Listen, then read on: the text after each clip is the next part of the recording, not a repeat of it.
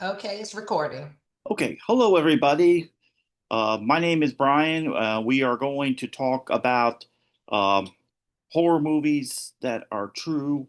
I'm here with my other panelists, Laurelyn Tate and Hello. John LaPointe. Laurelyn and I have been ghost hunting a few places. Um, the reason it caught my interest about doing this panel about horror movies that are true is that I've been really interested in the paranormal, and I thought this might be an interesting topic for movies that were based on true stories. And I also have John LaPointe that also is into horror movies, and I thought we can go into all the different horror movies that are true.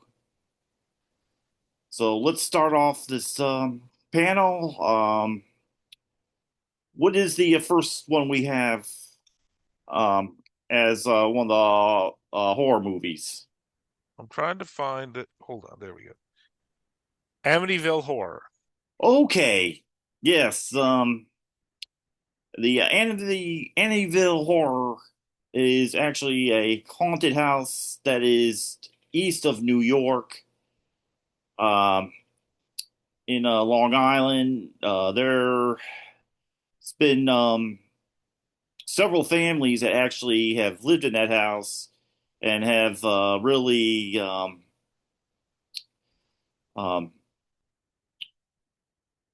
there have been different change of families, but the one is based on the one family. I forget the name, but when they got the house, they just had all these experiences happening. Um, just a whole mess of whole mess of paranormal activity. Um, where they couldn't figure out what was going on. So they had these investigators, Ed and Lorraine Warren, that investigated the house, um, and had a lot of, I guess, evilness that's in the house. Um, Eventually, they moved out and decided to do a movie on the Amityville Horror House, and that got really popular when they did the movie. There was people that really liked it, so they actually went out to try to find a house. They eventually had to change the address on it. So So go you ahead. want to tell what happened to the family or that caused the horror, uh, Um, well, in short? the, the the the family beforehand, there was there one of their kids that their son, I guess, murdered everybody in the house. Um, eventually he got convicted and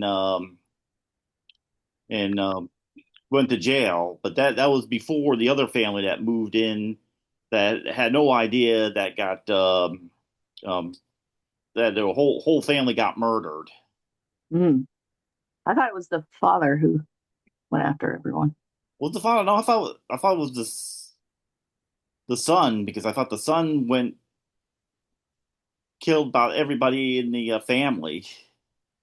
Now, was it the Lutz family? Was the family that murdered? Or were the Lutzes the people who moved in and were haunted by the ghosts of the family who was murdered? The Lutz family were the ones, I guess, that moved in after the murders. Yeah.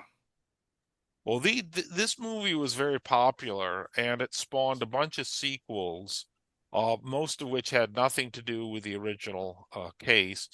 And it also spawned a fairly good remake. And I have the slides for the first film and the remake up here, and then I have a slide of the two actors who were in the original film in front of the house. Yeah. I will say I have a story about Amityville House. So, I was on a job where we drove up to New York's, well, Long Island, and on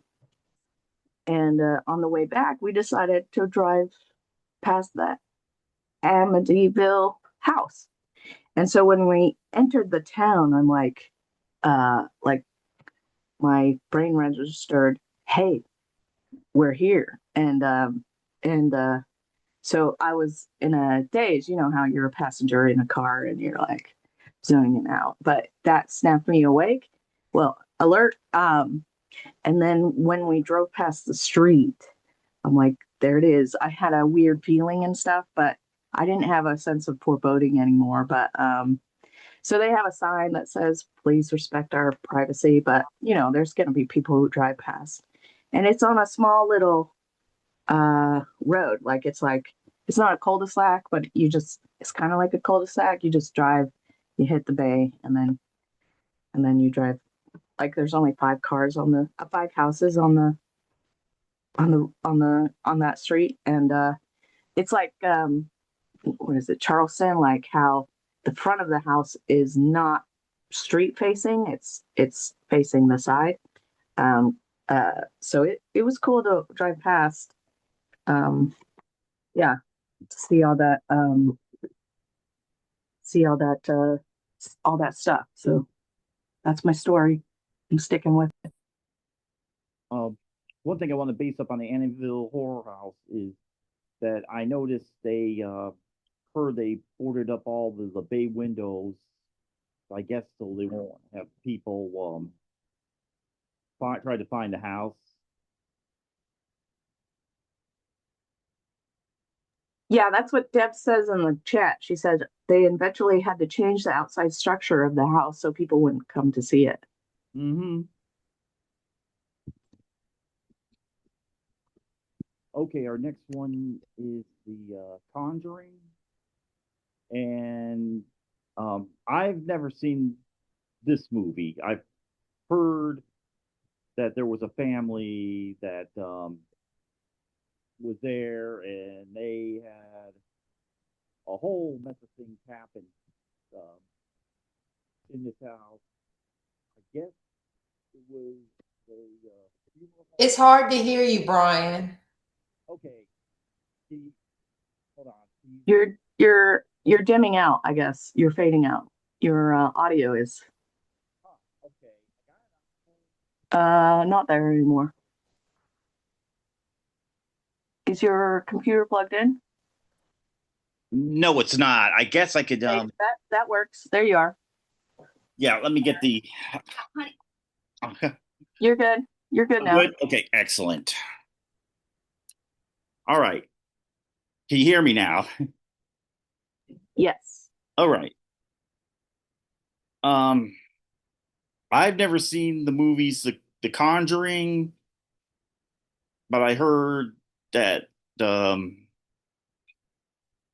a lot of things happen in this house that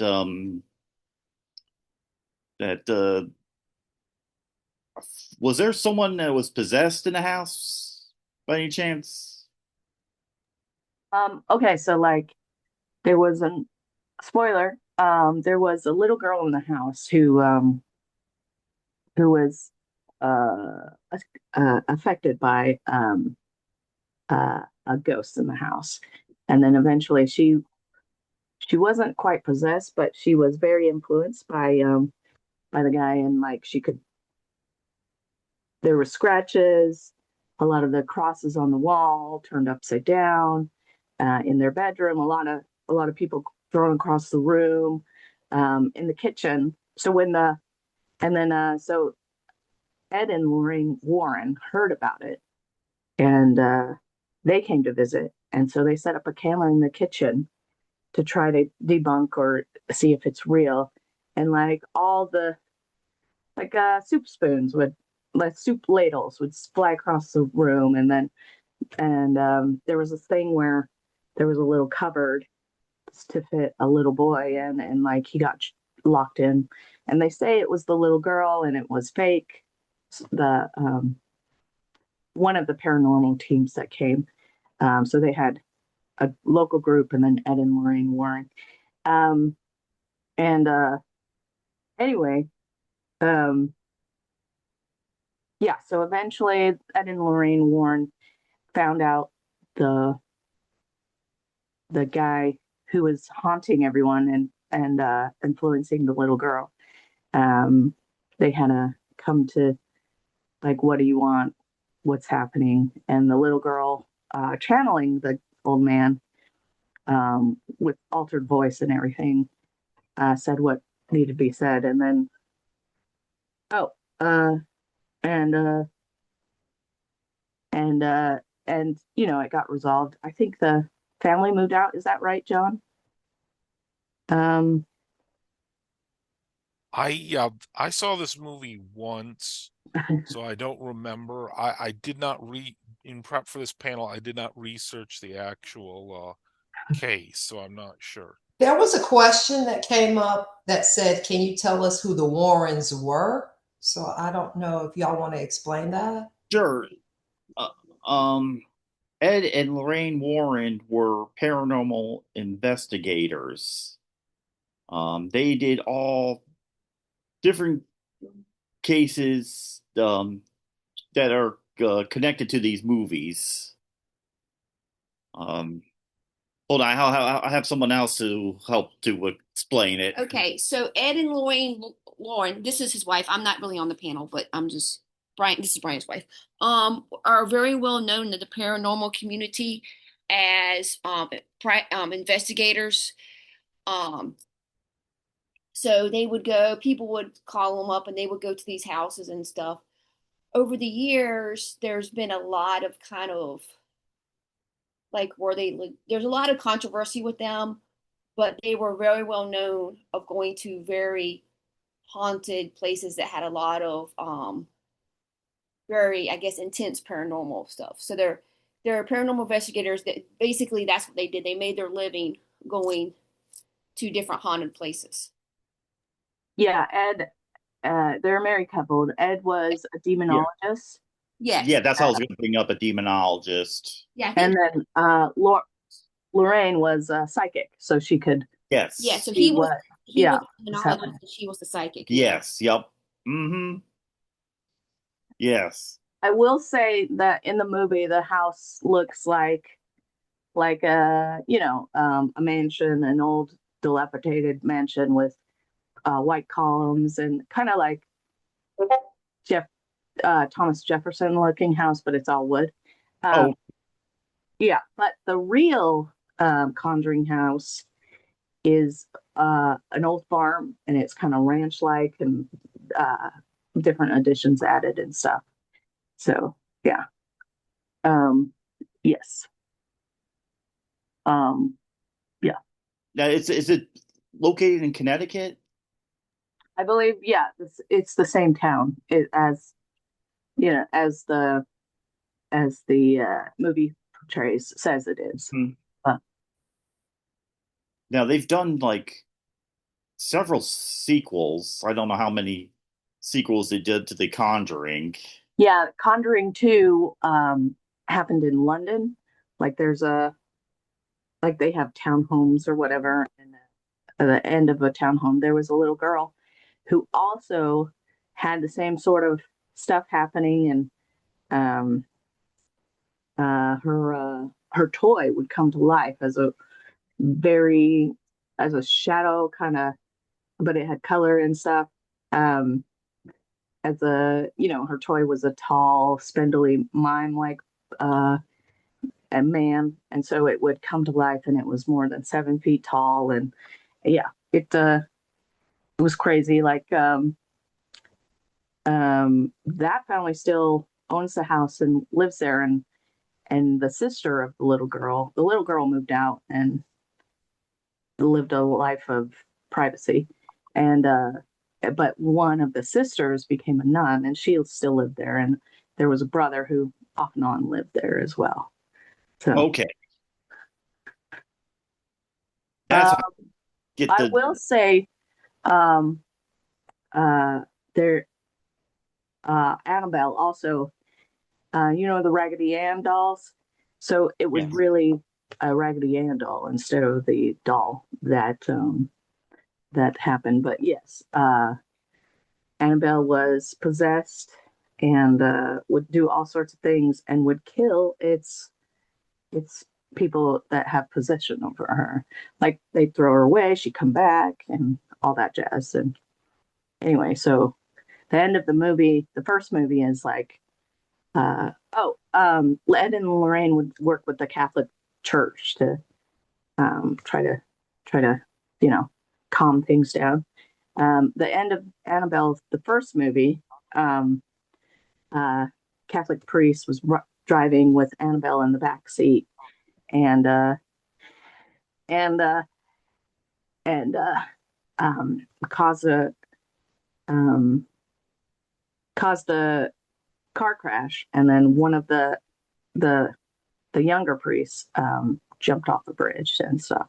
Spoiler. So that's pretty depressing, but Ed and Lorraine Warren eventually in their house created a museum of stuff, and it's under lock and key, and Annabelle the doll is there, and and uh, yeah, and you never don't touch anything because the haunted stuff will follow you home and stuff. Yeah. There is some controversy behind the Warrens. Their personal life was something revealed right before the movie started happening. Ed was purported to beat his wife, and there was a second woman involved, um, who might have been really young when he courted her. So Cyber Scott asked the questions. What are your thoughts on the Warrens being investigated and criticized for being frauds by Stephen Novella and Perry DeAngelis? Um, any thoughts?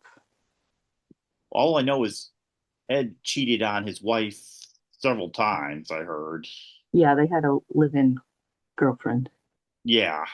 Um, so as far as being debunked, I also, because of their personal life, I'm like, did anything really happen? But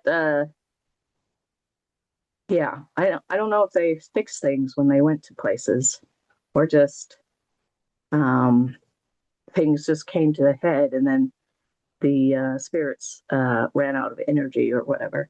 Because they because there's a theory that the spirits or the entities uh, um, uh, drain energy from people, and so the person they are attached to gets really tired, and they moved away, so Mhm. that, yeah. Anyway, and then the house probably probably was empty for a while. Anyway, I they had Ed and Lorraine had a cable access show for a while, and I watched a couple of those, but I haven't. And they have a couple of books about demonology, um, but I haven't really got into the Steve Novella and Perry DeAngelis investigation and criticism. Cyber Scott, do you have more on it? We could talk about that now or later. Yeah. I mean, I'm just looking at it right now. Like they're a part of the New England Society, and I didn't understand that. Oh, I'll unmute. Okay, go ahead. Say it again. What society? they were part of the New England Skeptical Society, Okay. Okay. and they're saying they're not doing the scientific investigation. Mm-hmm. That's right. They're doing predetermined conclusions compared to. Yeah. And I just want to know your thoughts on that. Word, like whose side do you think has more validity?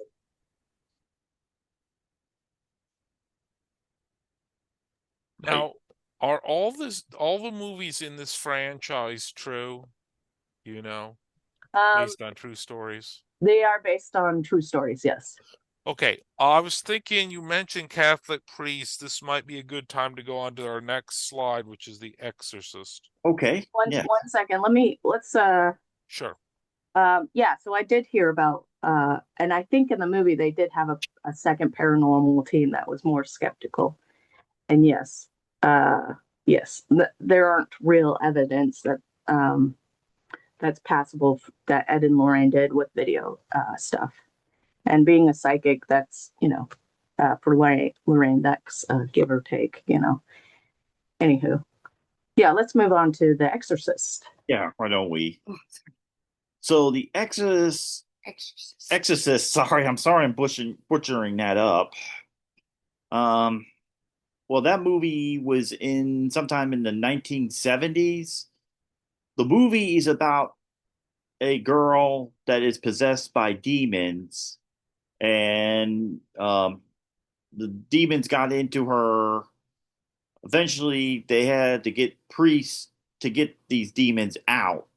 Um, Now, the true story on this was about a boy um, that these evil spirits that got into him, and he was just possessed, and they got these priests to try to get this demonic being out of him.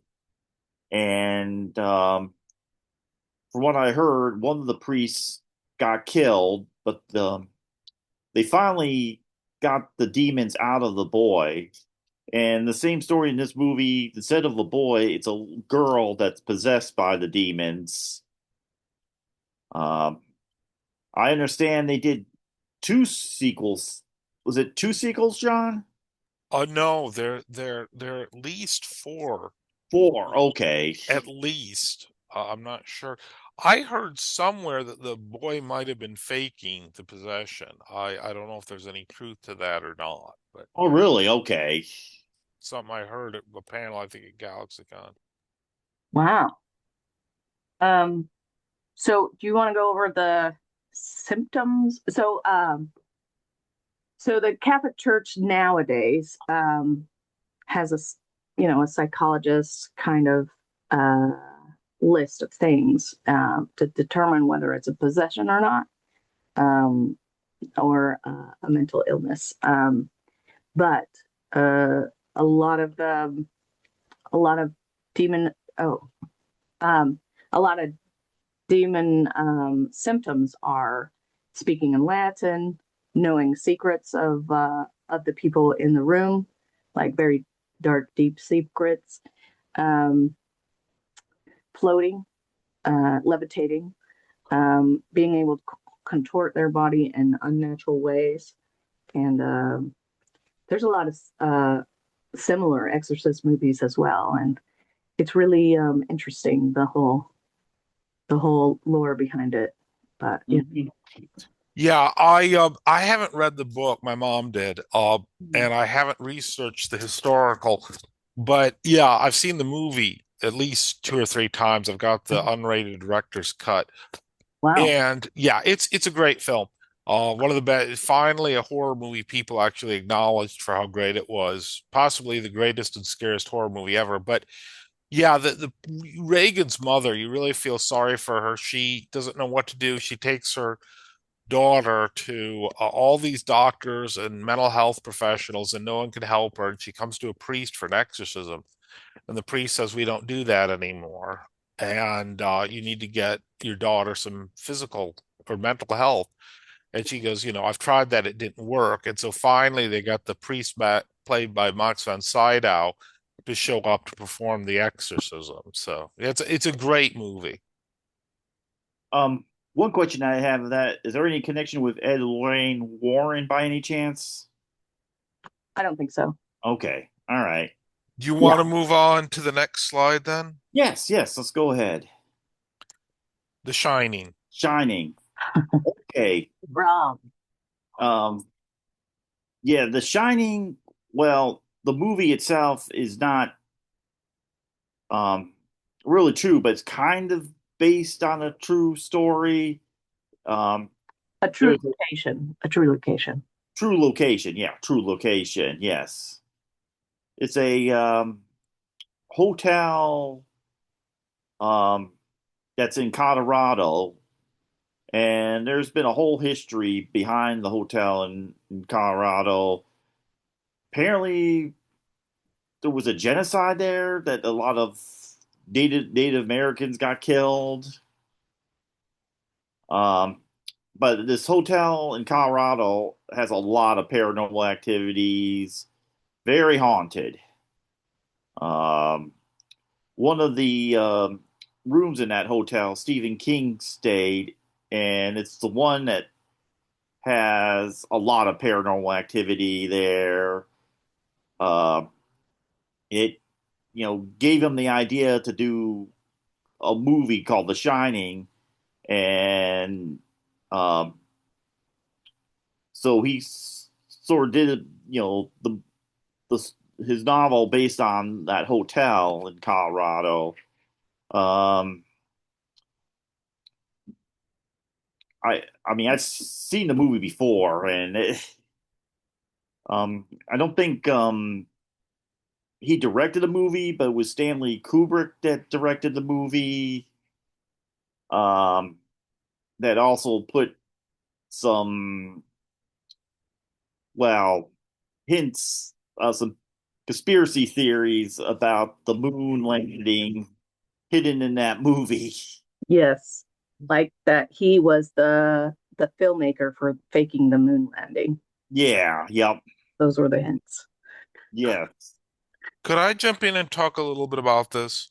Sure, go ahead, John. Yes. Um, it's yeah, like I said, the Kubrick film is based on the Stephen King novel, but very loosely based. King Hmm. wrote this in the 70s. I think the movie came out in 1980. Mm. I didn't research, so I'm not sure exactly. But Stephen King is still mad at Stanley Kubrick, who's dead now, for kind of mutilating his book. Um, and there was we've discussed the Color of Fandom before. A lot of us prefer the made-for-TV miniseries that King wrote the teleplay for, which I've also put up in the slide deck. But this Yeah. is a picture of the actual hotel I found, and you'll notice it has a hedge maze. Yes. And what I was thinking in the original book and in the TV miniseries, it's And in topiary animals that menace Danny Torrance, the little kid with the psychic powers. And Oh to yeah. me, to me, topiary animals coming to life is a lot scarier than uh, uh, a hedge, some guy chasing his family through a hedge maze. But I wonder if I didn't research this, but I'm wondering if Kubrick changed it back to a hedge maze to be more like the authentic hotel. Because I found this picture here of the actual hotel Stephen King stayed at that was haunted, and you can clearly see there's a hedge maze there, which Oh is yeah. very much like the Kubrick film. Uh, Mhm. Brian, Lee, did you guys want to say anything more about The Shining, or do you want to go on the next slide? Deb in the chat said the mini series was better, so she agrees with you. A lot of us in Color Fandom feel that as Stephen King fans, we prefer when they get Stephen King right. King was being interviewed, I think, by Eli Roth in a documentary we watched last October for Hump Day Horror Fest, and he said he can appreciate the um, uh, movie like he can appreciate a beautifully restored car that has no motor in it. He said it's, I wrote a great horror novel, and Kubrick turned it into an art film, but to me it's more like a slasher because a lot of the movie is just Jack Nicholson running around chasing people with an axe. So in the book and they have more time in the book in the mini series, you see Jack Torrance slowly descending into alcoholism and madness. It's not a slow descent in the original film, unfortunately. They spent too much time in the pantry and not enough time building character. But do you want to talk any more about The Shining, or shall we move on? Well, the only thing I want to say about The Shining is I thought Jack Nicholson really played a real his character. He really played a really good part in the character. in this movie, besides playing the Joker and Batman. But I thought this one, he played the character very well in The Shining. There is a sequel that came out a few years ago, and it's about the boy's all grown up, and he goes back to visit the hotel because the spirits are contacting him in some. He lives in a town way, way far away, and something calls him back to the hotel. So, yeah. It's called Doctor Sleep. I've seen the movie. Oh, yes. I got as a gift, I got the book. It's 1,500 pages long, so I don't know when I'm gonna have time to read it.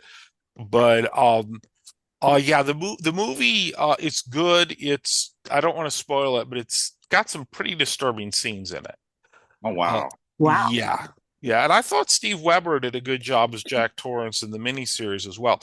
Did you want me to move on to the next slide, or are we going to talk more about The Shining?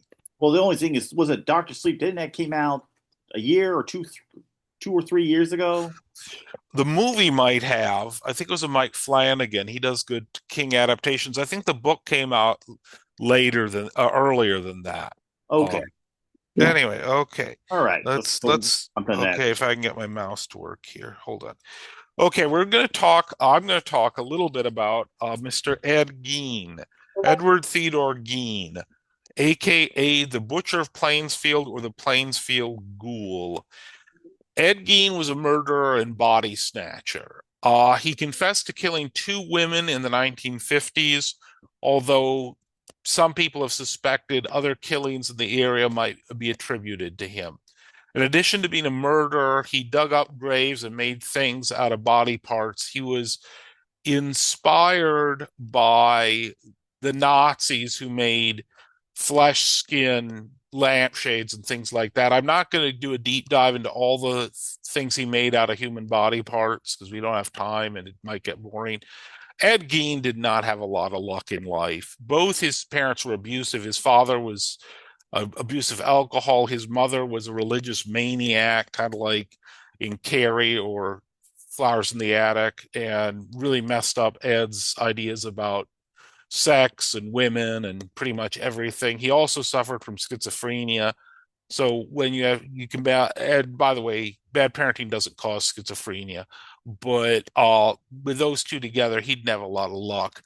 After confessing to the killing of the 2 women and having his house raided and finding all the disturbing things he'd made out of, I think it was a combination of graves he dug up and actual people that he made stuff out of, he was committed to a prison for the criminally insane.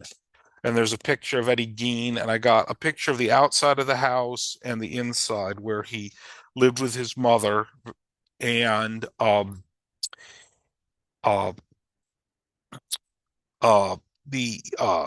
when she died, he lived there by himself, and the house is where he made all his stuff out of human body parts.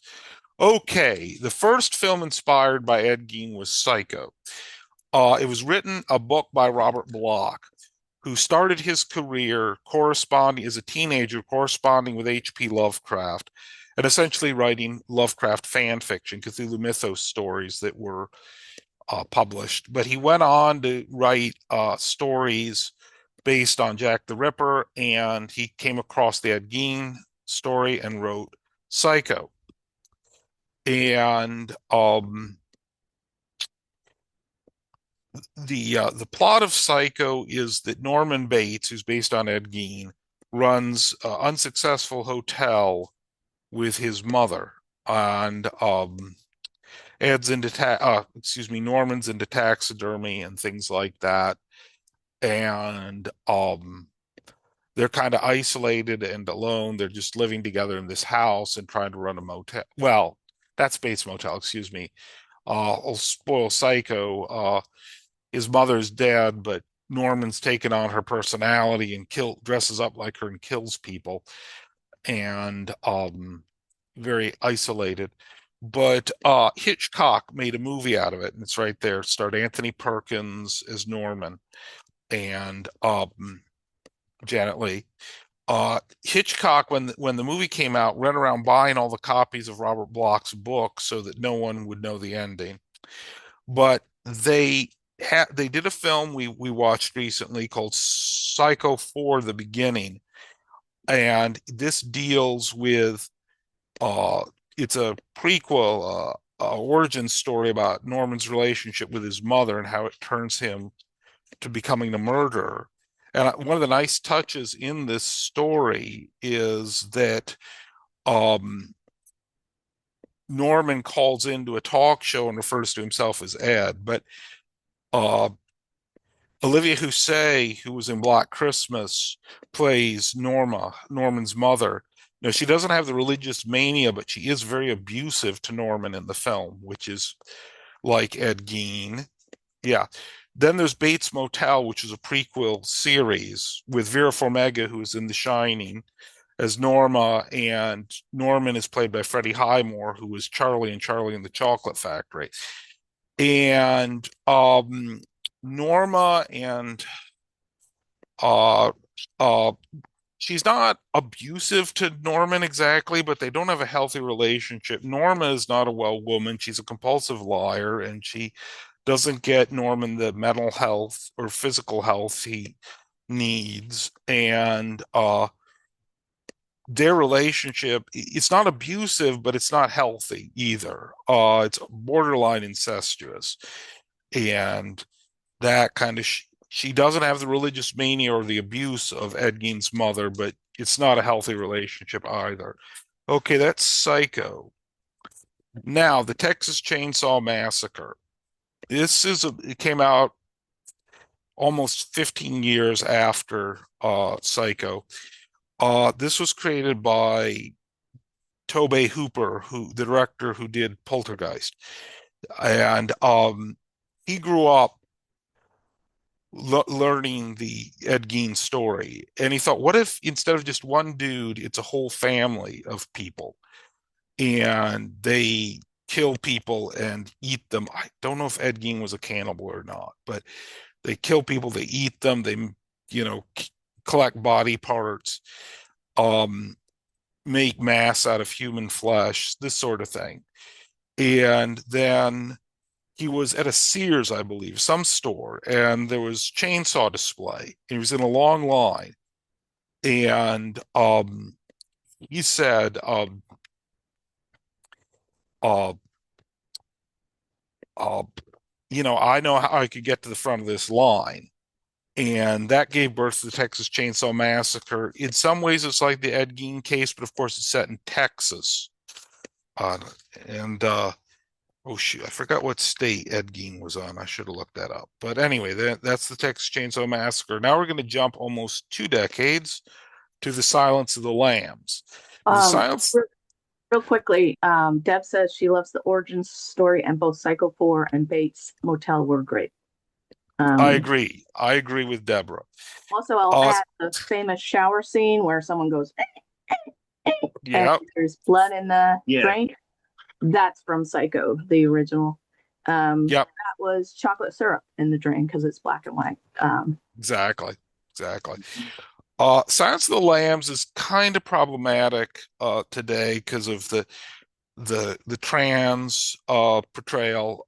You say the same thing about Psycho, actually, and all of these with the mental health portrayal. But there are two characters that may have been inspired by Ed Gein. One is the cannibal Hannibal Lecter, but definitely Buffalo Bill. And I'm sorry, I'm going to have to spoil Silence of the Lambs to get the Ed Gein collection. Buffalo Bill is a man who is kidnapping women and I believe starving them, murdering them, and then killing them in order to cut up their flesh to make a dress out of human skin, which is where the whole Ed Gein connection is Ed Gein made clothes, I believe, out of human skin. Of course, Leatherface in Texas Chainsaw Massacre makes a mask out of human skin that he wears through the entire film. Let me see, what are we doing for time? Oh, we got plenty of time. I'm done with Ed Gein. I didn't prepare a slide. I don't know if we have time, but would you like to talk some about the Mothman? We got 20 minutes. Sure, yeah, we'll do that. Yeah. Sure. Laura Lynn has something she wants to say. Edward Theodore Gain was the butcher of Plainfield. Plainfield, Wisconsin. Thank you. Yeah, Wisconsin. Yeah. And like I said, Toby Hooper made some changes. Texas Chainsaw Massacre, he made it a whole family and he moved it to Texas. But Texas Chainsaw Massacre was definitely inspired by Ed Gein. Yes. One thing about Ed Gein, I just want before we go to the next one. Ed Gein sounded like Jeffrey Dahmer's. Yeah, I believe they were both cannibals. I'd have to look that up, but I think they were both cannibals. What Uh, was I have a question. Was that movie based on Jeff Jeff you just said? Ed Gein. No. The Donald, the guy who Jeffrey Dahmer. Yeah. Donald. Oh, are you asking if Silence of the Lambs was based on Jeffrey Dahmer? I'm not sure because Hannibal Lecter is a cannibal and so is Jeffrey Dahmer. I should have done more research on Ed Gein and found out if he was a cannibal. But yeah, there's cannibalism in Silence of the Lambs and there's cannibalism in the Texas Chainsaw Massacre. And toward the end, they got the final girl who's forced to eat at a table with a bunch of the family of cannibals. So, Okay. I can answer the prequel that for Silence of the Lambs came out before that Jeffrey Dahmer. So I don't think it was dated. Okay. Okay. I will also says it says Silence of the Lamb was based on Ed Gein in Wikipedia. Oh, okay. All right. I think Buffalo Bill. Buffalo Bill, the whole idea of making stuff out of human skin, particularly clothing, was very Ed Gein. And like I said, they reflected that in the Texas Chainsaw Massacre. Wow. It puts the lotion on the skin. That's the phrase. Yeah. Wow. Leatherface made a mask out of human skin. I remember that. That's Yeah. Mm-hmm. Yeah. Yummy. No. Yeah. That's Yeah. Maybe we can go to questions in the chat for 5 minutes or 3 minutes.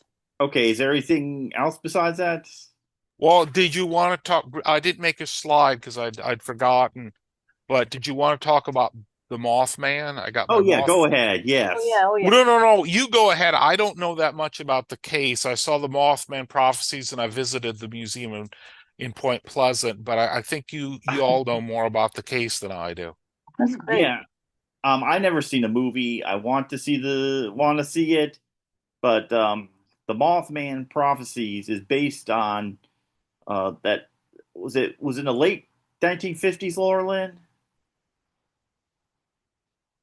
1966 and December 1967. Okay, that's when things happen, and Laura Lynn and I have actually talked about the Mothman, and the movie's based in West Virginia, where these young kids were driving up to where there was a military base, and in the process that they saw this creature, this guy here, the Mothman, and from what they said, it was a horrifying ride that they have the Mothman kept up with them with their car, and actually she could see the Mothman from the side of her window. And then another incident happened that someone saw the Mothman flying around the bridge, and like, was it a week? Anyways, the bridge collapsed, killing a lot of people. I remember that much of the story about the bridge collapse. And some people were speculating that the Mothman may have been actually an alien. And there's a really cool museum if you ever go that direction in Point Pleasant, devoid of the Mothman. I'm wearing my Mothman t-shirt today for this. where I got it is really neat museum, and they have a big statue of the Mothman in the center of town, which if you look at that statue, you could definitely see the Mothman has alien and demonic look to it. So True. yeah. One, sorry, excuse me, allergies kicking up. One theory I heard that they like right before a disaster happens, people always say of something of seeing him or seeing her. I don't know if it's male or female, but did they say they see the Mothman and then like saying like the bridge collapsed? Yeah. So maybe it's like, is it doesn't sound like it's demonic, but maybe it's like, is it warning? Is he saying, hey, something's going to happen? Pay attention, humans. And I heard something, before week before 9/11 that someone saw a Mothman sighting in New York before 9/11 happened, and that also happened in Japan too before the earthquake tsunami happened. So I don't know if it's just saying, hey, something bad is going to happen soon.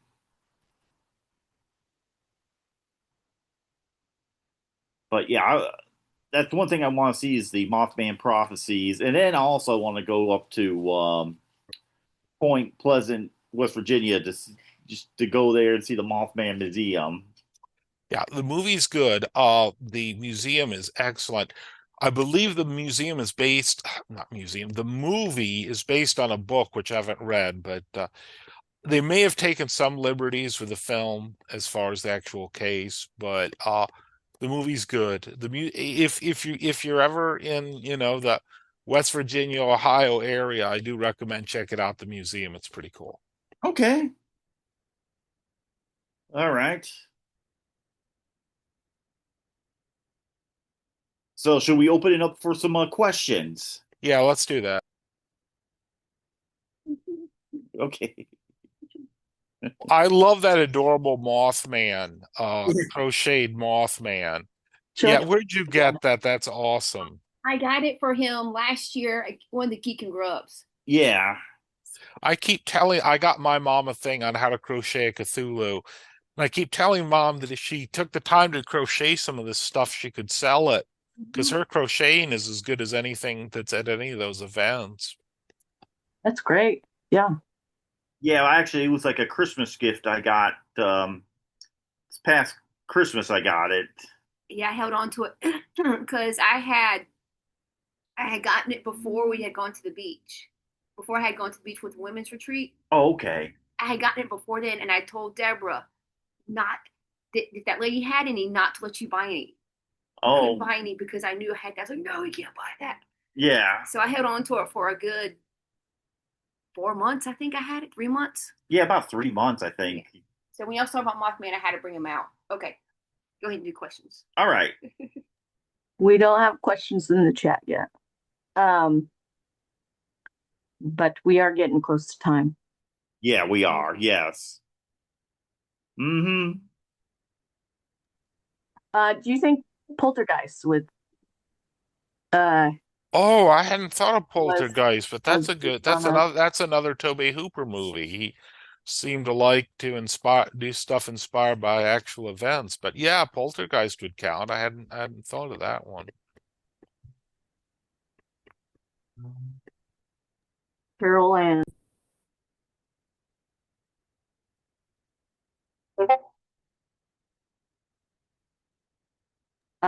It was Steven Spielberg, written by Steven Spielberg and Michael Grace and Mark Victor. Let's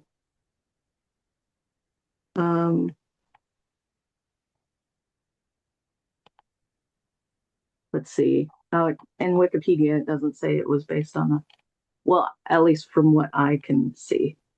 Well, Poltergeist, there's been I remember seeing a documentary, a big controversy around that film, how much it's create, how much Tobe Hooper did and how much Steven Spielberg did, because they collaborated on that film. And it's still a controversy who did how much in the creation of that movie. So The 1982 film Poltergeist is loosely inspired by real life 1958 paranormal reports involving the Herman family in Seaford, New York, where bottles uncap themselves and object moves. okay, then that definitely counts. Yeah, yeah. Mm-hmm. If we ever do this panel again, we should add a couple slides. True. Yes. Yep. Mm-hmm.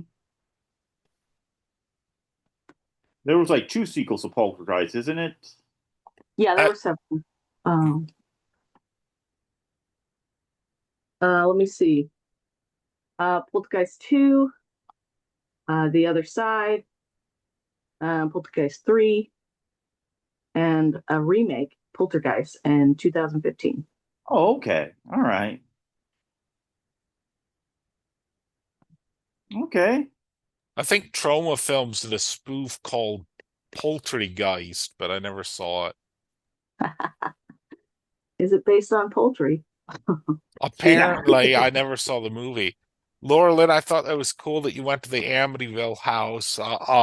When we were in Maine, I got my dad to drive me to Bangor at night to go check out the Stephen King's house. It's pretty creepy, especially at night. Wow. It was Must pretty be cool. where he Yeah. gets his inspirations. No. Other way around. When he got rich, I think he bought the house and erected like a gate with demons on it and stuff. Oh, wow.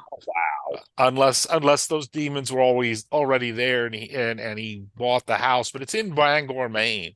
Okay. We actually stopped somewhere in Bangor to get directions to his house. So Wow. well, Cool. he's well known there. I mean, he's Bangor's, native son.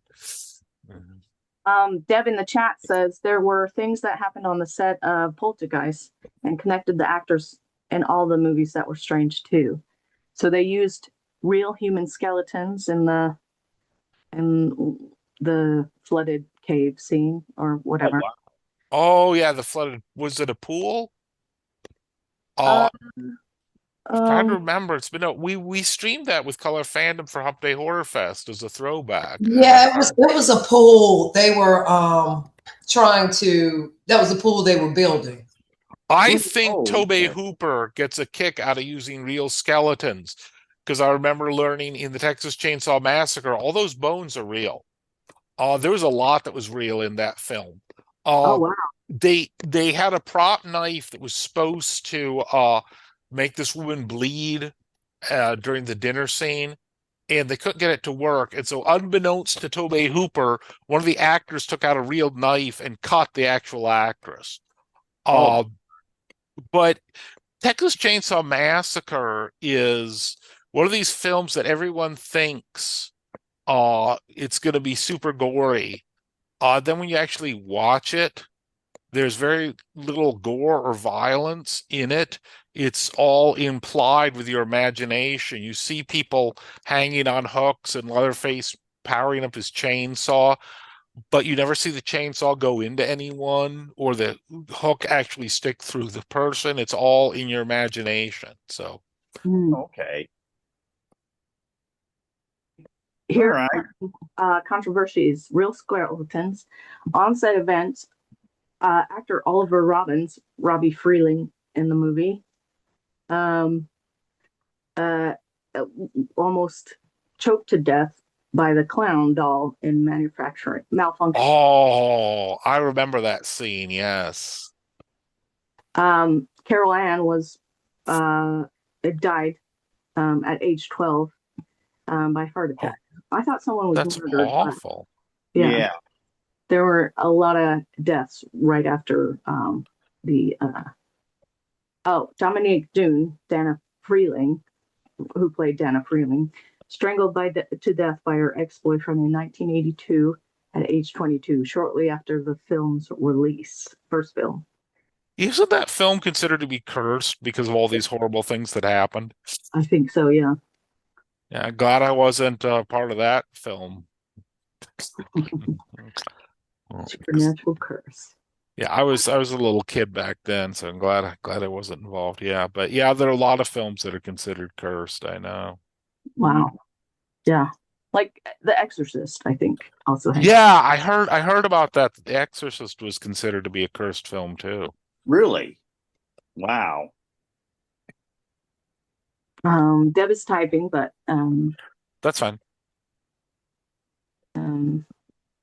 yeah.